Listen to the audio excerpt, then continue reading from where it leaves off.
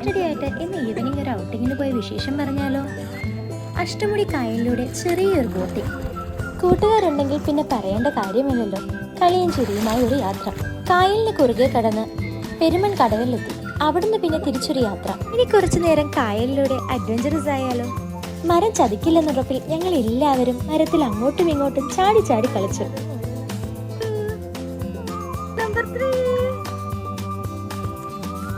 അവിടുന്ന് ഞങ്ങൾ ഈ ഒരു പ്രോപ്പർട്ടിയിലേക്ക് പോകാനുള്ള യാത്രയിലായിരുന്നു. ആൾതാമസമൊന്നും ഇല്ലാത്തത് കൊണ്ട് തന്നെ പോകുന്ന വഴികൾ കുറച്ച് ദുർഘടമായിരുന്നു.